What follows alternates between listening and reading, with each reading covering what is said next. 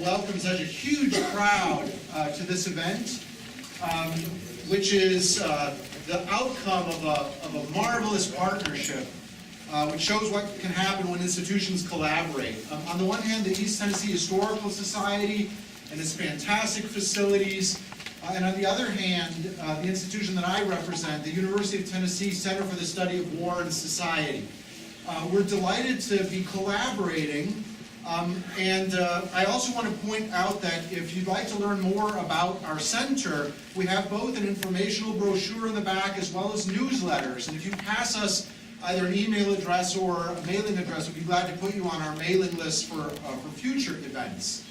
The story behind this event, incidentally, is that one of our very talented graduate students, now a newly minted Doctor of History, was instrumental in winning the grant, a national grant of some prominence that allowed us to put this event on.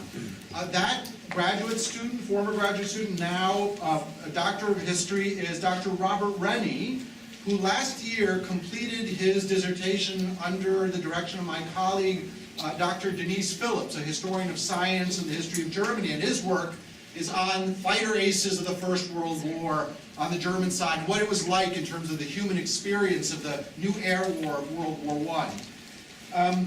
Robert, in record time, did something that I've never seen a graduate student do, so that gives you an indication of his talents.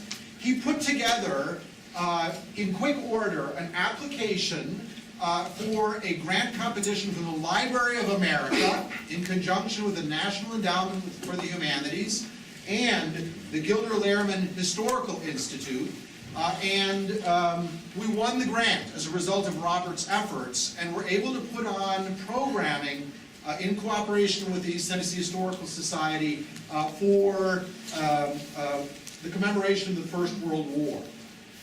It's a great pleasure then for me as director of the Center for the Study of War and Society to introduce Robert Rennie, who will introduce our distinguished speaker for today. Dr. Rennie.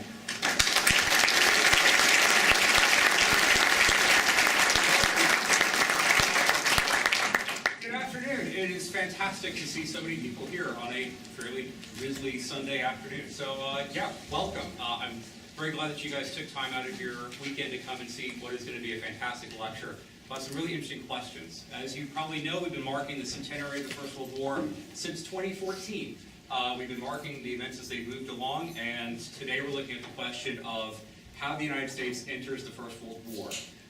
Dr. Neiberg's research sort of re-examines what that's going to look like, and it's made me review my First World War lecture, because a lot of the reasons I used to give are now a bit more complicated than they were. So. Yes, as Vejas said, this program is sponsored by the Library of America and the World War I in America grant that we are happy to say that we won. This is one of the programs we're putting on. I want to call your attention to a film that will be shown next Sunday here at the East Tennessee Historical Society at 2 p.m. It's the Sergeant York film, the Gary Cooper classic, and Dr. Michael Bartwell will be here to discuss that. If you have a chance at some point, I also encourage you to take a look at the York traveling exhibit that's here at the ETHS. The last time I saw a First World War exhibit this good was in the Imperial War Museum in London. So if you have a chance, take some time and take a look. Without further ado, it is my distinct honor to introduce Professor Michael Neiberg, who is the inaugural chair in War Studies at the U.S. Army War College in Carlisle, Pennsylvania. He is a professor of history in the Department of National Security and Strategy. He has also held the Stinson Chair of History and Security Studies. Dr. Neiberg has won multiple awards and fellowships for his work, including the Harry Frank Guggenheim Research Fellowship. He is also a prodigious writer. His recent books include Potsdam, The End of World War II and the Remaking of Europe, The Blood of Free Men, The Liberation of Paris, 1944, and a personal favorite of mine, Dance of the Furies, Europe and the Outbreak of War in 1914. Today, Dr. Neiberg will be sharing some thoughts on his most recent work, The Path to War, how how the First World War created modern America. So please welcome Dr. Michael Neiberg.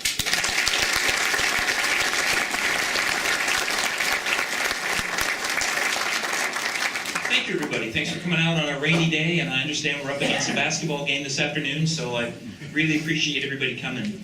I want to thank Rob and Vejas and Nick McCall for all their wonderful hospitality, and Ernie, wherever you are, for tech support, and all the hospitality here in Tennessee. I did some of the research for this book in Nashville. So it's kind of a great pleasure to come back to Tennessee and talk about a few things Tennessee related that we can talk about here, including this picture that's behind me, this painting that's behind me, which is John Singer Sargent's famous painting Gast, which belongs in the Imperial War Museum in London, but while they were redoing the gallery, they lent it to several American museums as part of a road traveling expedition. One of them was the Frisk Museum in Nashville, so it's now in Kansas City, so I hope some of you got a chance to see it while it was in Nashville. What I really want to do today is talk about some themes out of the book that Rob mentioned. And what I really want to do is take you on a little bit of a journey. And I'm going to use not a Tennessean, but a North Carolinian to introduce this journey to you. But that's okay, because in World War I, North Carolina and Tennessee units fought together as part of the 30th Old Hickory Division. 27th was New York. What I want to do is take you on a little journey personified by this man. This is Walter Hines Page, who was a newspaper editor based in Pinehurst, North Carolina, oddly enough where my in-laws retired to, who supported Woodrow Wilson very early on in the 1912 presidential campaign, and Wilson rewarded him by sending him to London as the American ambassador to Great Britain. When the First World War broke out in Europe, this is what Walter Hines Page wrote to President Wilson. "Now and ever, I thank heaven for the Atlantic Ocean. Thank God we are out of it." Now, just a little while later, in October 1915, he wrote this letter to President Wilson. "If Germany wins, the Monroe Doctrine will be shot through. We shall have to have a great army and navy." And I always pause when I talk to military audiences to remind people that he meant this negatively, that the security that America had taken for granted without having to have a great army and navy, America would now have to invest money into building. We'd have to think about things like conscription. We'd have to think about things like spending millions and millions of dollars on things Americans had never spent money on before. In another letter, he said, "We may be faced with building one battleship a month or one university a month." And it was clear which one Walter Hines Page favored. It was the university. The letter continues, "But suppose that England wins. We shall then have merely an academic dispute with her. It is a matter of life or death for English-speaking civilization." So really what I want to do is take you on this journey from thank heaven we are out of it, thank God we are out of it, to life or death. What's changing in those months? And Walter Hines Page is a little bit ahead of where most Americans were. In the summer of 1916, Walter Hines Page was convinced that this war was going to drag the United States in. And he came to Washington, D.C. to meet with President Wilson, who did everything he could to avoid him.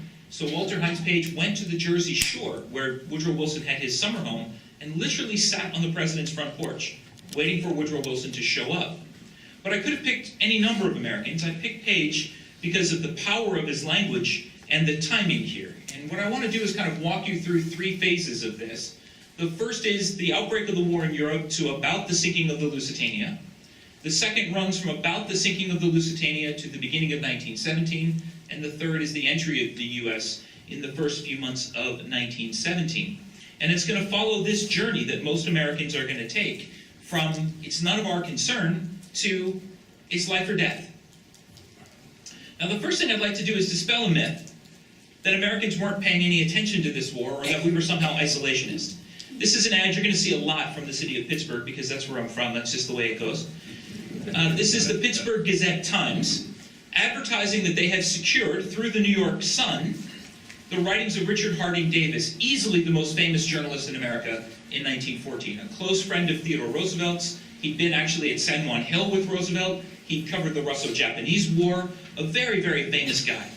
When he heard that war had broken out in Europe, he got on the first boat that he could get a ticket on. It turned out to be the Lusitania. And he went directly to the Western Front and began reporting about what he was seeing. Americans were captivated by this. And it's easy to do. All you have to look at is the front pages of American newspapers. Now, for reasons that are a little bit complex, but let me get into it briefly here, when the war broke out, the United States was on the gold standard. What that meant was that European governments could sell the securities that they owned in American companies, transfer that money into gold, and take it back to Europe. And this is what they began to do. The United States government was worried that the United States would literally run out of gold. So, in August of 1914, President Wilson ordered the stock market shut down. It did not reopen until after Thanksgiving. So if you think the American people aren't aware of the way that this war was impacting them from the very beginning, you're missing a very, very important theme. And I want to get at that by talking about probably the second most important writer, most famous writer. She's from Pittsburgh. There it goes. This is Mary Roberts Reinhardt, known in her day as a mystery writer above all. She was sometimes called the American Agatha Christie. This is her most famous book, The Circular Staircase. I don't think it's very good, but there it is. I read it as an historian. I thought I owed it to myself. She also did muckraking journalism for the Saturday Evening Post, and I noticed out there were copies of a facsimile. I had it here somewhere. Here we go. Of the Saturday Evening Post there in the exhibit, so important newspaper in the First World War era. And in late 1914, her newspaper, the Saturday Evening Post, invited her to come to New York City to a gala dinner that it was hosting. And in the middle of this gala dinner, the editor of the Saturday Evening Post told Mary Roberts Reinhardt that he had managed to arrange a chance for her to be the first woman to go into the trenches of the Western Front. She could also meet the King and Queen of England, the President and his wife in France, and the Kaiser and his wife in Germany. And he would pay her $1,000 per dispatch if she would go to Europe. About $15,000 or $16,000 a dispatch in today's money. It's a lot of money. Now the story goes that her husband stood up at this dinner and said, "My wife can't go, I forbid her." At which point Mary Roberts Reinhardt said, and I'm quoting here, "I do not intend to let the biggest thing of my life go by without having been a part of it. I'm going." Her husband insisted, and the Saturday Evening Post agreed on a $10,000 life insurance policy, and she went to the Western Front in October of 1914, returning in March of 1915. Now, what's important to me about Mary Roberts Reinhardt, Richard Harding Davis, and a number of American journalists is the kinds of things that they were reporting back to Americans in late 1914 and early 1915. And I want to sum them up with really 4 points.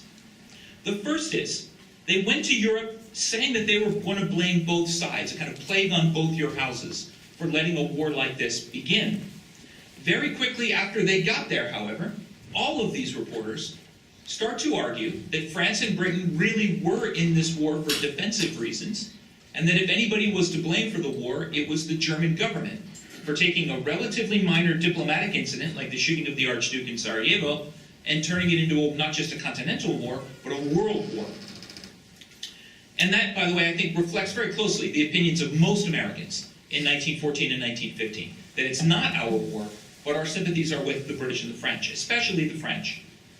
Second, she also argued that Americans had to be very, very careful, that what the British were in fact doing was lying to the Americans over whom they had control. The only telegraph line across the Atlantic Ocean went from London to New York City. It actually stopped in Cape Cod, Massachusetts, in New Orleans, Massachusetts, and then went from there to New York City. The American reporters told American readers, there's no need to believe the lies the British are telling you. What we Americans have seen with our own eyes is bad enough. So the stories of the Germans bayoneting babies, crucifying soldiers are not true, but what we've seen is pretty bad. And Richard Harding Davis was in the Belgian university city of Louvain when the Germans burned it to the ground. Right? He saw it with his own eyes. Third, they understood early on that the United States wanted Britain and France to win the war, or maybe put a different way, wanted Germany to lose the war, but that America's goals were not Britain and France's goals.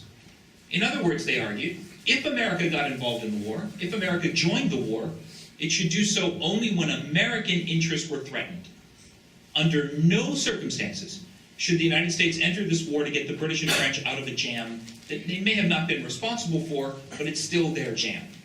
Until American interests were threatened, the United States should support the British and French, but should not get involved. And fourth, and Mary Roberts Reinhardt is arguing this most strenuously of all, the United States had better begin to get itself ready, because whether or not the United States enters the First World War may not be its choice. Start to get ready. And Mary Roberts Reinhardt wrote a very emotional letter. She had 2 teenage sons, in which she said, if the United States gets involved in this war, as she thought was perfectly possible, she did not want her 2 sons to enter into an army that wasn't ready for this kind of a war, this murderous, technological kind of war. She came home just before the sinking of the Lusitania. This is a page from her diary. The Lusitania, you will often see, you may have learned about it in school this way, I learned about it in school this way, that the Lusitania caused America to enter the First World War. Right? How many people learned a version of that, right? When was the Lusitania sunk? May of 1915. When did the U.S. enter World War I? April 1917. Right? It's obviously false. Right? My own daughters did this. One of my daughters, when she was in 8th grade, brought home a little worksheet. It said, which of the following events led the United States to enter the First World War? She said, Daddy, which is it? And I said, they're all wrong, but circle B because that's what your teacher wants. Now, B, of course, was the sinking of the Lusitania. It has stuck in our minds as this epigrammic moment, this emblematic moment of why the United States entered the First World War. Obviously, it wasn't. Yet the sinking of the Lusitania is really important because it does two things in the American discourse. The first thing that it does is it opens up a debate inside the United States. What do you want to do about this threat on the other side of the Atlantic Ocean? The Secretary of State, a man named William Jennings Bryan from Nebraska, wanted to get even more isolationist, ignore the war in Europe, ban Americans from traveling overseas, ban American corporations from doing business with the belligerents, isolate yourself, stay away from the conflict. The former President of the United States, Theodore Roosevelt, wanted to go the other way, break diplomatic relations with Germany, tell them that if they did it again, the United States would go to war, send naval patrols out into the Atlantic Ocean, start arming merchant ships if you have to, get more aggressive. And President Wilson opted to chart the middle ground, as he so often did during these crises in 1915 and 1916. Get the Germans to admit enough guilt to restore American honor, but don't do anything that would risk the United States having to fight a war. The second thing that the sinking of the Lusitania did was take those voices that were defending Germany and silence them. And I'll talk about one important person who was doing this up until the Lusitania here in just a little bit. It also made hardcore pacifism, those people who argued that the United States should not be involved in this under any circumstances, it made their voices less powerful as well inside the American discourse. The question changed after the Lusitania from how can we stay out of this, to what do we do about it? What do we do about it? And the name of Germany, everything about Germany really, began to change after the Lusitania. This is one of these fascinating things. The next two slides are some pretty interesting things that I came across while doing research. This is an political cartoon from October of 1915 from the New York Tribune. It has Kaiser Wilhelm carrying an Ottoman scimitar with blood dripping from it, wearing an Ottoman-style fez, and the caption reads, Alle mit uns, which is a takeoff on the German belt buckles, Gott mit uns, God is with us. Americans blamed the Germans for the massacre of the Armenians that the Ottomans undertook in 1915. The Armenians being a Christian population living inside a Muslim empire. Americans blamed the Germans for this as much as they blamed the Ottomans. Armenia drew tremendous sympathy.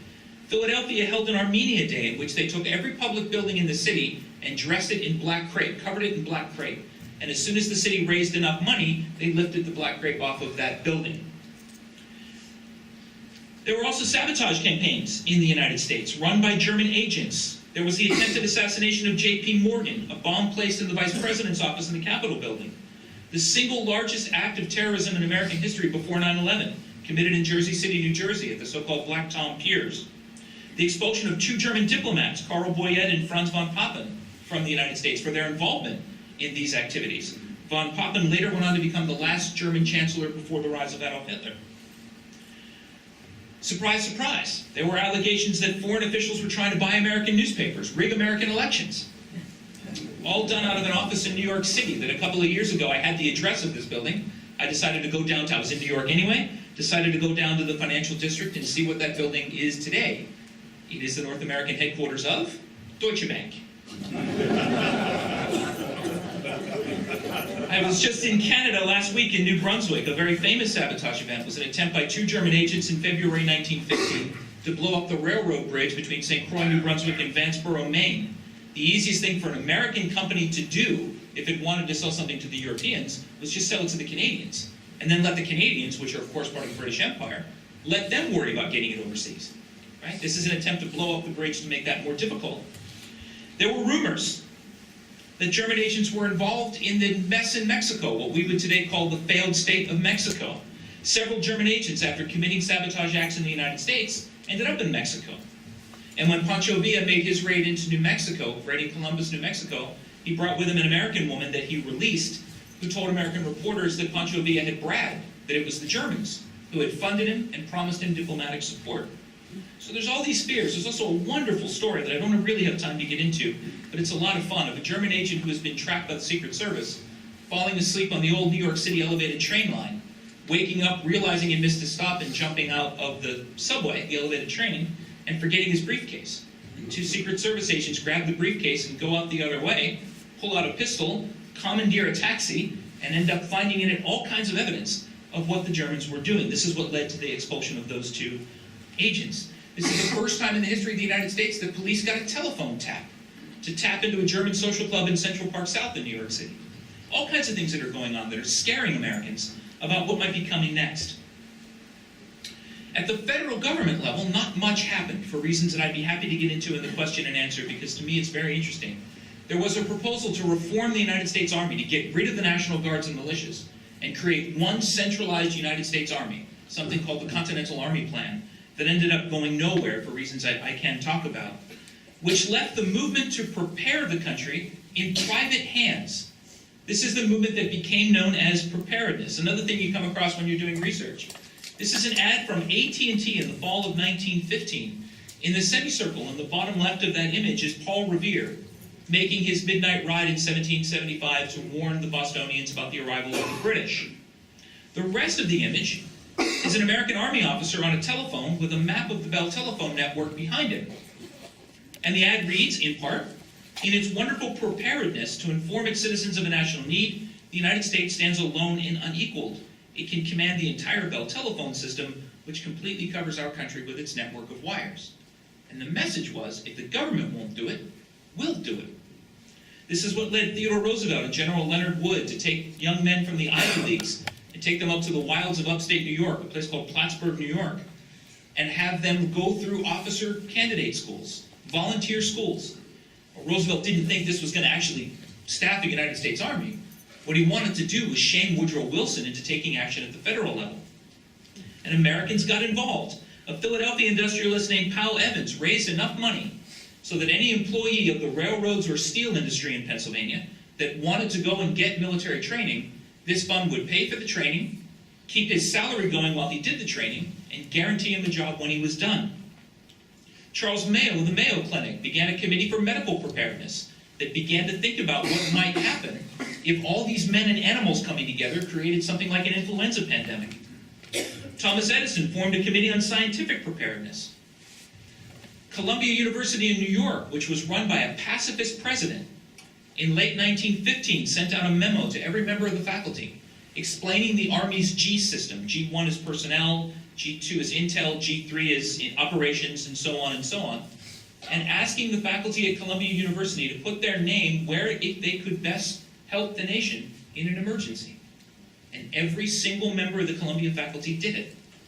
The history department had calisthenics on the lawn every day at lunch, hoping to motivate students to get themselves ready. This is not a movement that is arguing for the United States to go to war. This is a movement that is arguing for the United States to get prepared, either in the event that we did get in the war, or to make ourselves strong enough so the Europeans would stay away. So there are people in late 1915 talking about building what they called a porcupine army, something strong enough to defend ourselves, but no threat to other animals in the forest. I don't know, I'm a city kid. I assume a porcupine isn't really much of a threat. I don't know.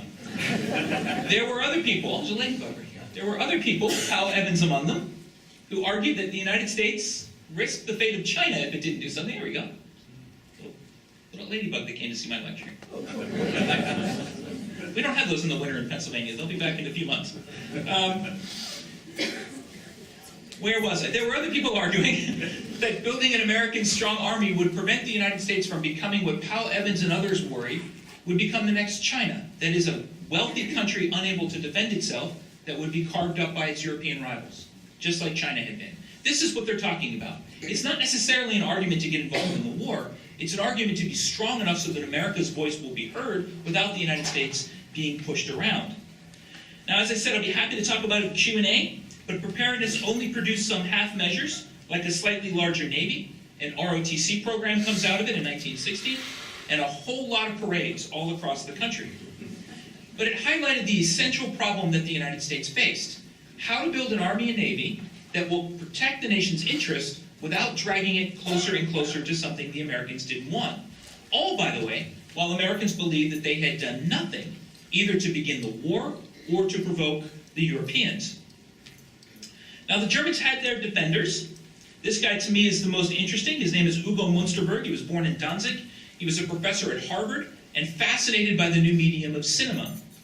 When the war broke out, Munsterberg wrote articles and later a book in which he argued that the real problem in Europe was not Germany, the real problem in Europe was Russia, and that by signing on to the same alliance with the Russians, the British and French had made a terrible mistake, and that the United States needed to recognize that the true problem in Europe was Russia, not Germany. What's interesting to me about Munsterberg is the reaction that he got from his fellow Americans. Harvard University was so furious with him. There are letters in the Boston Public Library from the president of Harvard saying, look, no one's questioning your right to say what you want to say. We're questioning the wisdom. Nobody wants to hear this. Stop it. And then letters from Munsterberg to German-American leaders all across the country in which he complains that Germans born in Germany understand the arguments that he's making, but German-Americans born in the United States don't want to hear it. They become American. They're too democratic. They're too individualistic.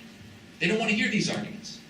And this, of course, includes young German Americans like Eddie Rickenbacker, Dwight Eisenhower, John Pershing, all of whom are ethnic Germans who saw no conflict between their German identity and their American one.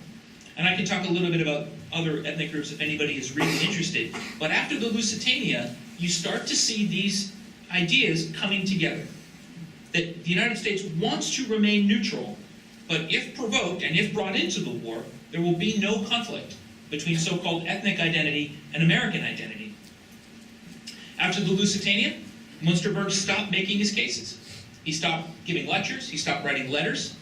Harvard got an offer for $10,000 if they would fire him, which to their credit, Harvard declined. But Munsterberg just stopped, and we'll never know whether it's because of the opposition to his ideas or whether it's because he too was repulsed by the sinking of the Lusitania. In early 1916, he died of an aneurysm in the middle of giving a lecture at Harvard. Much more typical of German-American attitudes were things like coming from this man. The ladybug is back. This is Cardinal George Mundelein, the highest-ranking Catholic Church official in the United States. Mundelein recognized that the German-American community was divided between those Germans who came before the revolutions of 1848, many of whom were Protestant and Lutheran, and those who came after 1948, who were disproportionately Catholic and who despised the Kaiser and his regime, famous for their so-called Kulturkampf, or anti-Catholic movement in the 1870s and 1880s. Mundelein made the argument again and again and again in sermons in the Chicago area where he was based. He used an interesting metaphor. He said the conflict between the United States and Germany was like the conflict between a man's mother and his wife. Your mother raised you, but you now live with the wife. He also argued that German Americans, had been loyal in the past and would continue to be loyal in the future, as the comment here on the slide indicates. He also wrote, in late September 1916, "It seems to me that it is rather late in the day to ask the German American to prove his patriotism. He did that more than half a century ago." And studies of the German American vote in the 1916 election indicate that there's no statistical difference between German Americans and the American vote more generally, except in the city of Milwaukee, where a socialist candidate actually drew quite a bit of attention. Economics was an enormously important factor. When the First World War began, the United States was in recession. Very quickly, that's going to change. And I'll show you a statistic on this in just a moment, a chart on this in just a moment. But I like this cartoon better. This is from John McCutcheon, who ended up winning the first Pulitzer Prize in editorial cartooning for the Chicago Tribune. Another thing I came across almost by accident. I was in Chicago for a couple of days and thought I'll go to the Newberry Library and just see what's there. And I found this. Take a look. The docks of New York City are literally magnets, with Uncle Sam having his arms open to bring the hard currency from London, Paris, and Berlin over to what will become the money center of the world. Now, it's going to take one more war for us to actually do this, but people are talking about it as early as 1914. If we play our cards carefully, we can become the money center of the world instead of London. And Americans start making money hand over fist. Everybody is making money. In 1914, U.S. per capita income was $1,164. By 1916, that had increased to $1,868. Americans are making money both from selling things to the Europeans. Philadelphia had a contract, Philadelphia's Baldwin Locomotive Works signed a deal for $127 million to sell railroad cars to the Russians, and a $250 million contract to make shells and cartridges for the British and French armies. Later, a similarly sized contract to make them for the Pennsylvania National Guard. With those contracts, of course, came jobs and salary raises. Wheat prices went up, mutton prices, whatever you can think of to grow. Tobacco prices, which was a big deal here in Tennessee. The Belgian government bought the entire Tennessee crop of tobacco for 1915 at whatever price Tennessee wanted to sell it at, right, in order to give it, of course, to soldiers in Europe. Out west, cotton.